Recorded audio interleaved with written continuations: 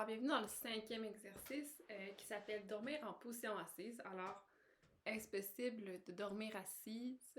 La réponse est oui. Après ça, c'est de savoir comment.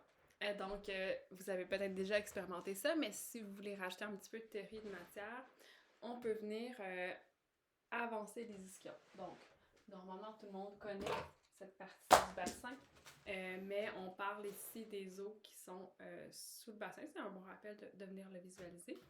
Et en fait, quand on va être en position assise, le bassin va être relativement neutre. Et ce qu'on veut faire, c'est qu'on veut venir incliner en fait le bassin, amener l'arrière du bassin sur la chaise. Ce que ça va faire, c'est qu'on va venir se positionner davantage sur la fin des ischions plutôt que sur l'avant. Et ça va laisser une assise qui est différente. Et surtout, ça nous permet d'allonger les jambes. Alors, sans plus tarder, une démonstration. On peut utiliser le haut de la chaise pour adosser les épaules. Et on peut venir avancer le bassin, le glisser sur la chaise.